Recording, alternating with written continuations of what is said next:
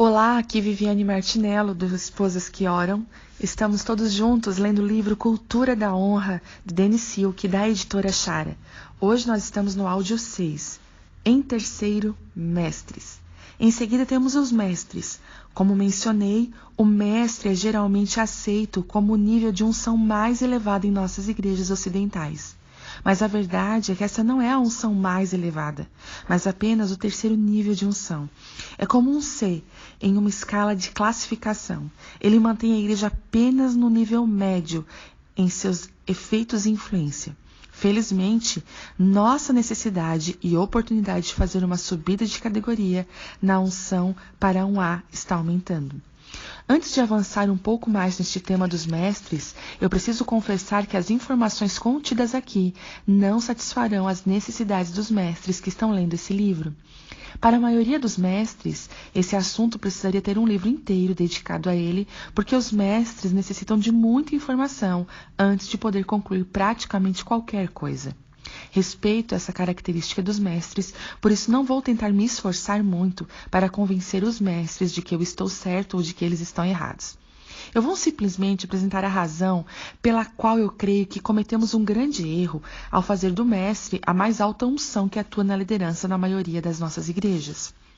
A cultura da igreja atual valoriza grandemente a segurança que sentimos quando somos capazes de provar que aquilo que dedicamos na nossa vida é certo.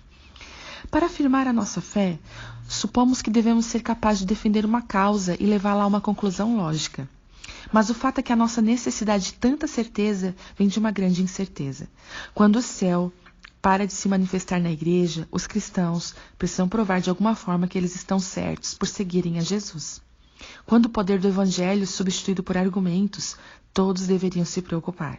Mas quando as pessoas são curadas em seus corpos de câncer, paralisia, tumores e doenças mentais, não exigimos um argumento.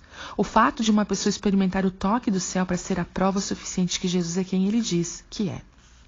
O fato é que quando a igreja insiste em ter uma cultura lógica, exigimos o evangelho lógico e, portanto, nos voltamos para os mestres.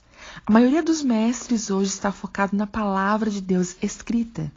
Eles acreditam que a palavra de Deus é a fonte da vida e da verdade na terra. O valor que eles dão à palavra é muito superior à necessidade deles pelo sobrenatural. Eles são os advogados, escribas e fariseus do nosso tempo. Eles são os melhores em brandir a espada. O mestre tem uma necessidade profunda e impulsiva de estar certo e ver o mundo predominantemente em termos bíblicos e antibíblico, pelo fato de que o mestre está na palavra. A unção do mestre influencia a igreja a focar na palavra. Por favor, não me entenda mal. Eu não estou querendo desvalorizar a Bíblia, mas quero que entendamos o quanto o céu se tornou pouco importante por causa desse erro e desordem terrível. Quando os mestres se tornaram a principal influência sobre a igreja, voltamos a nossa atenção para a lei. Quando focamos unicamente na palavra, com o tempo acabamos lutando entre nós mesmos acerca da palavra. Começamos a dividir o corpo de Cristo entre os que estão certos e os que estão errados. Cada mestre é compelido a estar certo.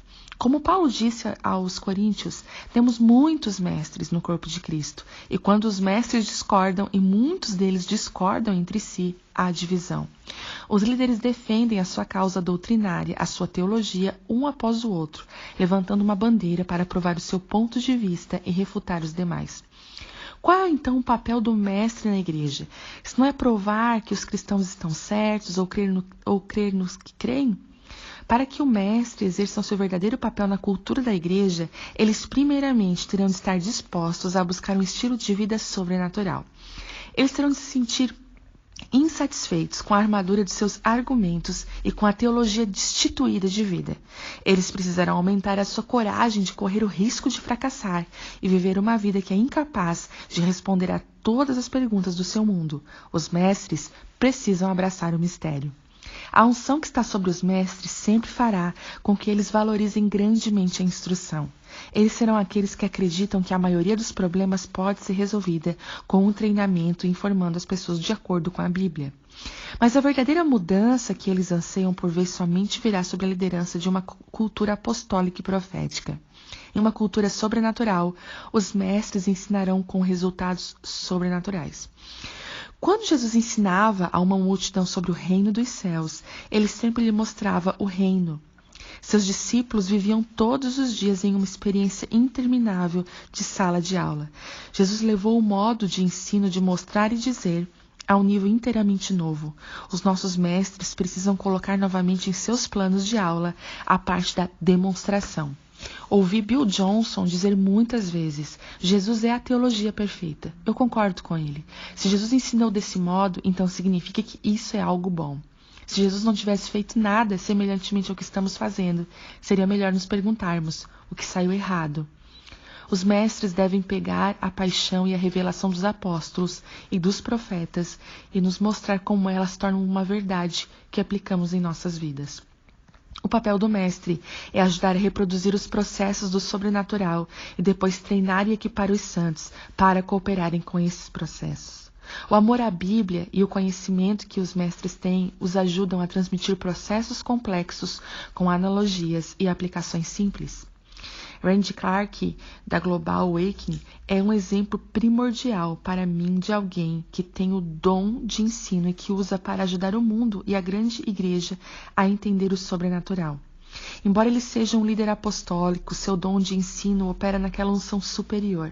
Portanto, ele usa o seu entendimento da Bíblia, da história, da teologia e das pessoas para conectar revelações misteriosas à vida prática diária.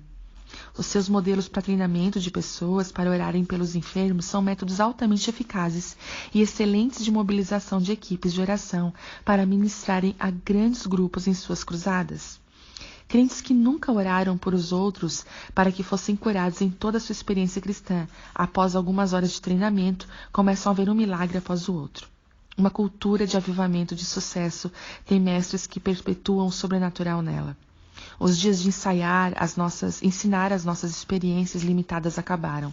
Agora precisamos aprender o que e como o céu está fazendo todos os dias a todos. Onde os pastores se encaixam? Os amados pastores.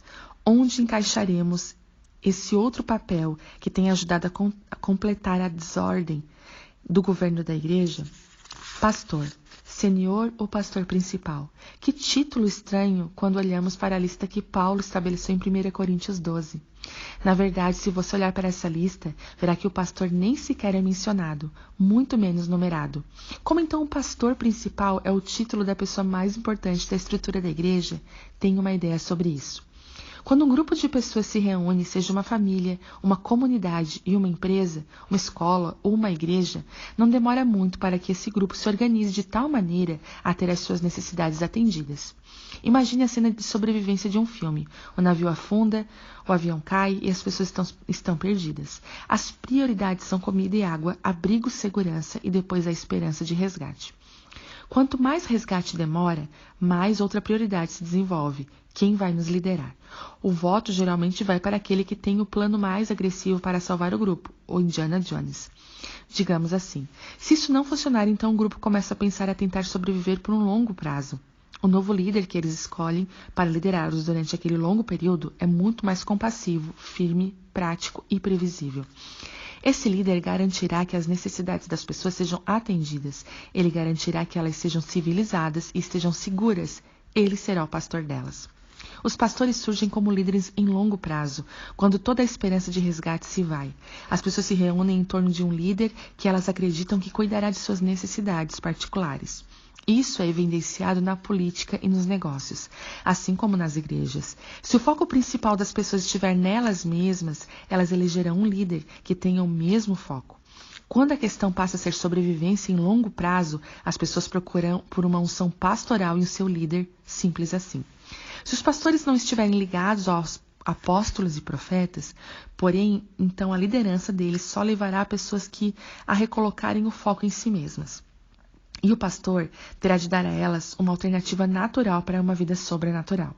Quando alguém com uma unção pastoral é o líder principal, as pessoas esperam ser o centro do universo. E, infelizmente, o pastor tem sucesso por algum tempo em responder a essa expectativa, geralmente seguindo-se ao esgotamento. Mas quando a unção pastoral está ligada ao apóstolo e ao profeta, isso gera outra peça vital no fluxo do céu para a terra. Esses líderes atenciosos e compassivos são a solução necessária para o problema da porta dos fundos, que os apóstolos e profetas têm em seus ambientes de liderança. Em uma cultura de avivamento, os pastores levam liderança às pessoas. A unção pastoral gera grande favor junto às pessoas por causa da conexão que os pastores desenvolvem com elas. Eles são os líderes que estarão na vida delas, em suas casas, em suas famílias. São os líderes que se sentarão com elas e resolverão problemas no casamento. São os líderes que saberão a respeito das dificuldades delas no emprego ou na criação dos filhos adolescentes.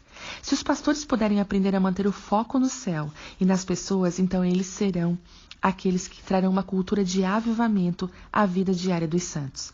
Manter esse foco equilibrado requer esforço, porque os pastores naturalmente querem que as pessoas se sintam amadas, discipuladas, conectadas e protegidas. Mas quando os pastores são submetidos à liderança apostólica, eles são capazes de desenvolver células, por exemplo, sem fazer dos grupos celulares o foco primordial da igreja.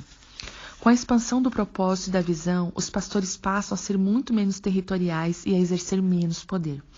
Permitir que outros pastores trabalhem ao lado do apóstolo não significa dar uma oportunidade para a competição ou a ameaça. Ao contrário, quando os pastores exercem seu chamado debaixo de uma unção apostólica, podem liderar muito mais pessoas, porque elas não precisam mais do poder da presença do pastor. Os pastores levam a presença substancial de Deus às vidas das pessoas.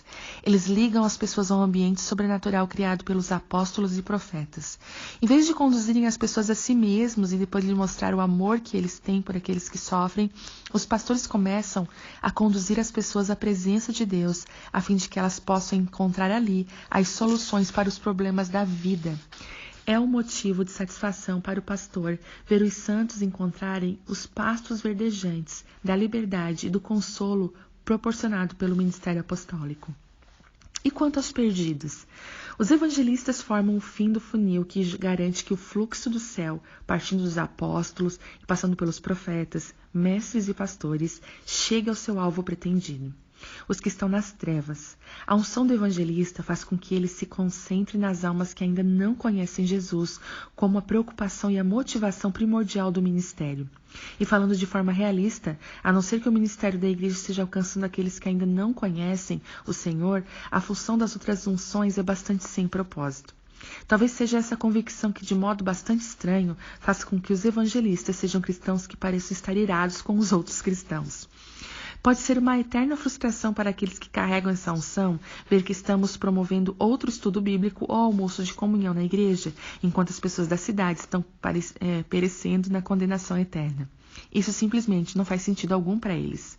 Mas o fato é que estamos todos no mesmo time. Ficar frustrados uns com os outros não nos ajuda a fluir juntos. Então qual é a solução? Creio que é hora do ministério do evangelista, que alcança tantos não salvos quanto prepara os santos para fazerem o mesmo, estar mais profundamente integrado aos propósitos maiores do ministério apostólico. É fácil acreditarmos que qualquer um pode conduzir outra pessoa a Cristo. Temos uma grande fé de que quando oramos com alguém para que ele aceite a Jesus, a pessoa realmente nasce de novo, bem ali, na mesma hora. A grande maioria da igreja cristã atualmente acredita que isso é verdade. Esse conceito só vem ganhando força desde que foi apresentado há várias centenas de anos no avivamento. Ele foi captado por mestres e pastores e preservado entre as pessoas da igreja. Hoje, os metodistas, batistas e outros evangélicos são os campeões da salvação em todo o mundo, e praticamente toda a denominação cristã envia missionários para levarem a mensagem da salvação aos confins da terra. A cultura de muitas igrejas tem uma prática de evangelização entre as pessoas. Os mestres a ensinam e os pastores a encorajam. Os evangelistas anunciam onde quer que vão. Precisamos sair e ganhar almas. Mas a questão maior é, e depois? O objetivo da igreja é fazer o reino do céu invadir a terra e não levar as pessoas não salvas a invadirem a igreja. A cooperação entre todos os dons ministeriais é a única maneira de realizar o objetivo primordial da igreja. Precisamos cooperar com o Espírito Santo para montar de modo cuidadoso e deliberado a tubulação que faz fluir o céu e todo o seu poder e liberdade para a terra. Quando fizermos isso, o conceito da importância de que toda a igreja cristã deve estar plenamente equipada com todos os dons ministeriais para o reino do céu, vaze de nossas vidas, logo será tão amplamente aceito quanto a ideia de fazermos uma oração de salvação. A honra é a ferramenta. A honra é a ferramenta que une toda essa tubulação. Esse funil é, na verdade, uma rede de relacionamentos, nos quais o fluxo que estou descrevendo só continua fluindo na medida em que aprendemos a reconhecer esses papéis e unções dados por Deus, liberamos as pessoas para atuar neles e depois recebemos o que elas têm a dar. Aqueles que são chamados a operar em uma unção quíntupla, como a minha história pessoal mostra, precisam dos outros 5 ministérios, principalmente dos profetas e apóstolos, para identificar essas unções. Nenhum de nós pode se auto-indicar para assumir essa posição no reino. Deus unge uma pessoa e se o Espírito no restante da equipe cria um testemunho corporativo que reconhece a unção de Deus e recebe a pessoa em sua posição, somente atos de honra como esses podem estabelecer e sustentar esses relacionamentos. O projeto dos 5 ministérios para a liderança é, obviamente, um projeto de equipe. Portanto, o conceito do exército de um homem só claramente não é uma expressão deste projeto para a liderança da igreja. O mesmo acontece com o estilo de liderança burocrático, homogêneo e de todo mundo, onde todo mundo pode fazer todos os trabalhos. Ele tampouco se aplica à igreja. Diversas unções contribuem cada uma em seu modo para algo inteiramente único no projeto de trazer o céu à terra. E isso requer uma atitude de honra e não democrática, em que diz: você tem algo que eu não tenho e preciso do que você tem. Quando os líderes dos 5 ministérios são um modelo desse tipo de honra entre eles, então equipar os santos se torna uma questão de estender a honra, liberando cada crente individual para viver a sua identidade e destino únicos. Cada crente passa a entender a sua importância no relacionamento com todo o corpo e a convicção começa a se manifestar entre as pessoas. Eu carrego algo que ninguém mais carrega e eu preciso desenvolver e liberar os meus dons para a igreja e o mundo e fazer a minha parte para trazer o céu à terra. A honra reveste as pessoas de poder. É hora de todos na igreja começarem a honrar aqueles que têm uma das 5 unções, principalmente entre aqueles que têm as 5 unções. Apóstolos, profetas, mestres, pastores e evangelistas precisam honrar uns aos outros e receber um ao outro com um nome correto. Os líderes da igreja e os crentes igualmente precisam entrar em um relacionamento correto com o governo do céu. À medida que fizermos isso, essas coisas que estão em desordem serão restauradas ao seu lugar de direito e serão ligadas ao sistema central do fluir do funil. A honra tem passado por tempos difíceis em nossa cultura. A independência é adorada. Focamos nos nossos relacionamentos particulares com Deus e temos dificuldade em reconhecer a autoridade espiritual e em considerar os outros mais importantes do que nós mesmos. O resultado é que estamos cortados do fluir do céu. O crescimento notável que a Bethel Church tem experimentado nos últimos 10 anos é um testemunho da diferença notável que as pessoas estão vivendo em um ambiente do qual o funil está conectado e as pessoas estão encontrando no fluxo. Como Moisés derramando óleo sobre a cabeça de Arão, Deus está continuamente derramando vida, alegria, saúde, paz e todas as outras bênçãos do céu dentro do seu funil. Os muitos efeitos maravilhosos de um ambiente cheio de sobrenatural são impactantes. Melhor apertar os cintos. É a sensação que muitos têm quando experimentam uma igreja onde o céu enche o ambiente. É a experiência poderosa de um odre que é perfeitamente capaz de carregar e liberar o derramamento que Deus nos prometeu desde o começo. Um derramamento para o qual fomos criados.